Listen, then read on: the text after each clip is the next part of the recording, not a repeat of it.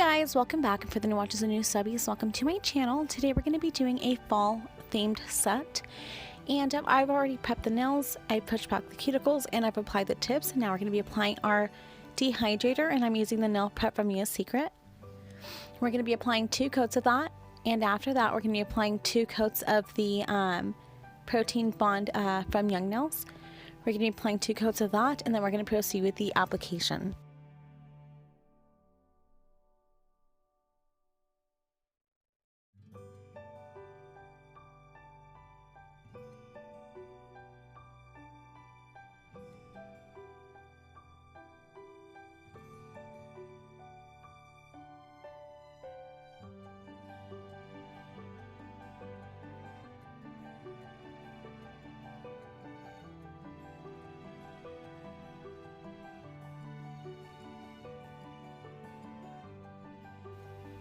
Alright, so now on to the acrylic application. We're going to be doing the ring finger and the index the same.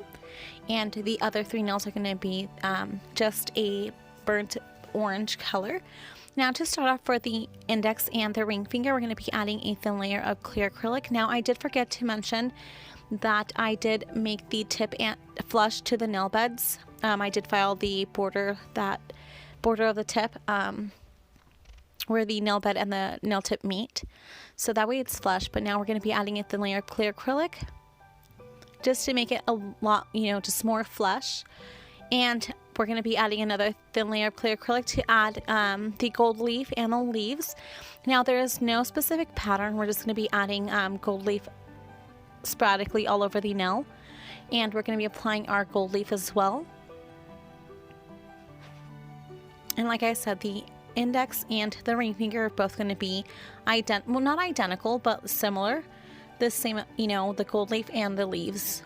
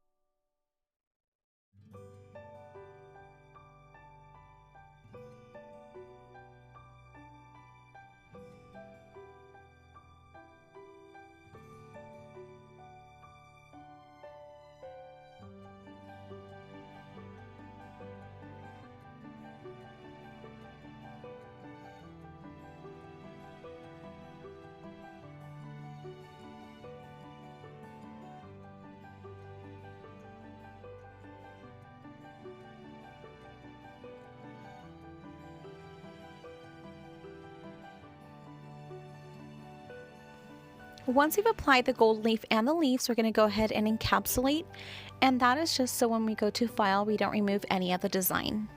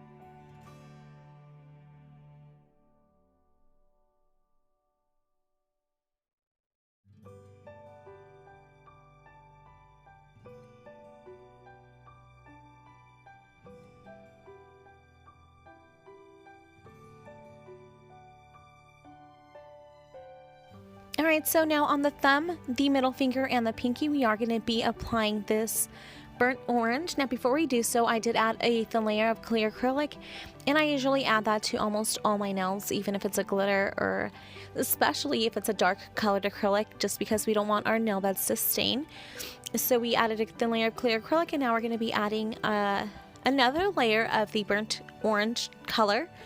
And some people like to just work with the colored acrylic just itself and without encapsulating. I like to encapsulate just because with the colored acrylic I add a small layer of it just to give it the color, and then I build it with the clear acrylic.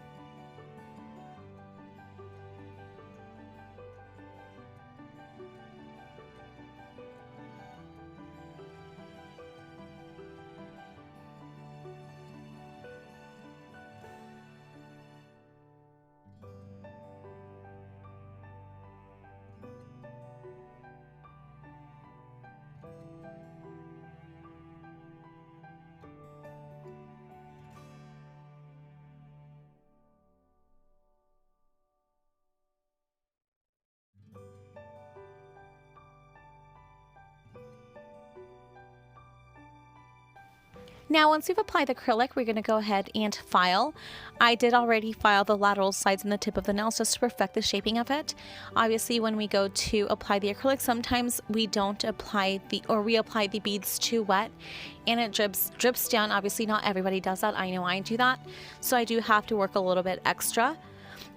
So also I did updo some of the nails, I did make them a little bit too thick, so I have to work a little bit extra hard to make sure that they're not as bulky. Obviously they won't look appealing or pleasant. They're not going to be, you know, nice looking, so you do want to make sure you take off that bulk if you do make them a little too thick. Now once we're done going in with our carbide, sorry, not the carbide, the safety bit, we are going to go in with our sanding band. And what I do with the sanding band, I just make sure that it's nice and flush and even. So yeah.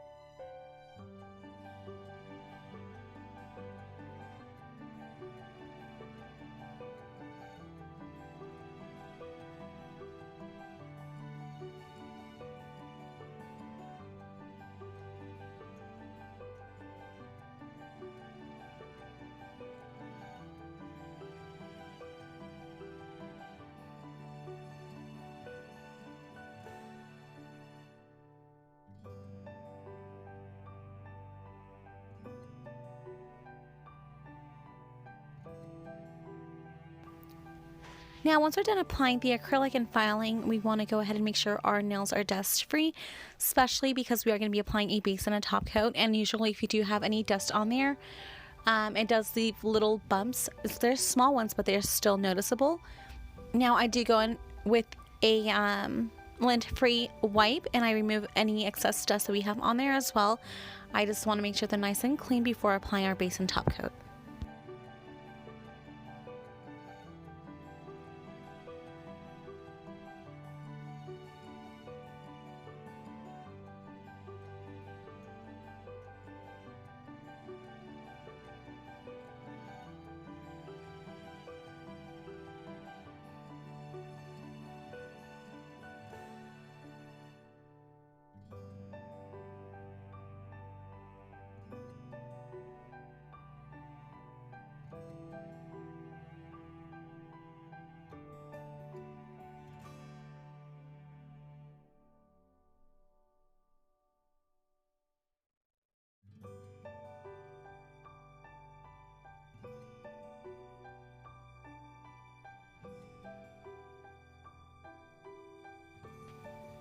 Once our nails are nice and clean, we're going to go ahead and apply our base coat, and I use the base coat from Gelaxide. It works really well. However, I did find a brand new or a different base and top coat from Wonder Gel, and it works amazingly. I honestly think it works a lot better than this one, but I do like this one as well though. So next time I'm obviously going to be sticking to the Wonder Gel instead of buying this brand again. So I just want to throw that out there. If you wanted to try a new base and top coat, Wonder Gel's amazing. So we're going to be applying our base and top coat, and before curing, I always like to go around the cuticles area and remove any excess that's dripped down to the skin before curing. Obviously, if you cure it, it's going to look not so nice. So make sure you do clean it, especially if you do tend to overflood the cuticle area of the skin. And now before curing, I do like to put my crystals onto that base coat. I don't know why, but it has worked wonders for me. I don't put them on there with glue. I just use a base coat. I place them and then I cure, and then I go back in with my top coat, and like I said, it has worked wonders. I don't really have any missing crystals when they come back for a change of design or a fill. So yeah, if you are having trouble with the crystals, I highly recommend you to try that. And now once we've applied the crystals, we're going to go ahead and cure. And now we're going to be applying our top coat.